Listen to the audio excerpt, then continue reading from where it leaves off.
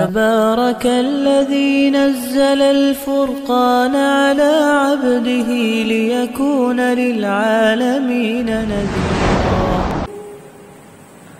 قد أفلح المؤمنون الذين هم في صلاتهم خاشعون والذين هم عن اللغو معرضون والذين هم للزكاة فاعلون والذين هم لفروجهم حافظون إلا على أزواجهم أو ما ملكت أيمانهم فإنهم غير ملومين فمن ابتغى وراء ذلك فأولئك هم العادون والذين هم لأماناتهم وعهدهم راعون والذين هم على صلواتهم يحافظون أولئك هم الوارثون الذين يرثون الفردوس هم فيها خالدون.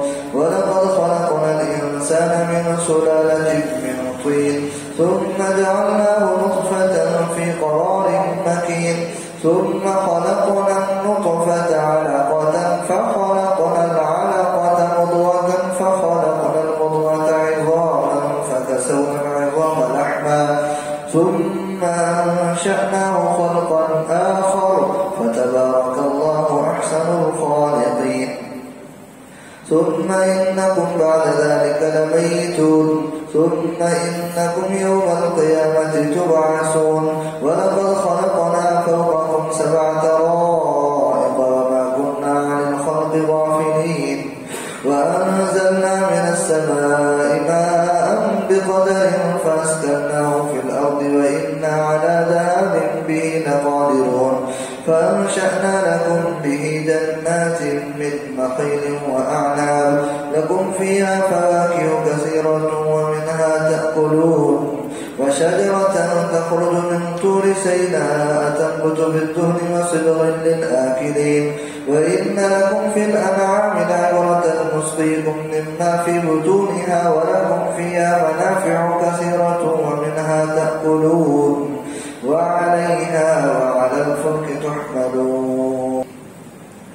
ولقد أرسلنا نوحا إلى قومه فقال يا قوم اعبدوا الله ما لكم من إله غيره أفلا تتقون.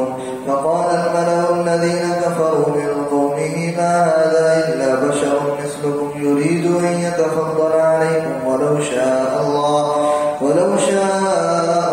لأنزل ملائكة ما سمعنا بهذا في آبائنا الأولين إن هو إلا رجل به جنة فتربصوا به حتى حين. قال رب انصرني بما كذبون. فأوحينا إليه أن اصنع الفلك بأعيننا ووحينا فإذا جاء أمرنا وفاردت النور فاسلك فيها من كل زوجين 2 وأهلك إلا من سبق عليه القول منهم ولا تخاطبني في الذين ظلموا إنهم مغرقون.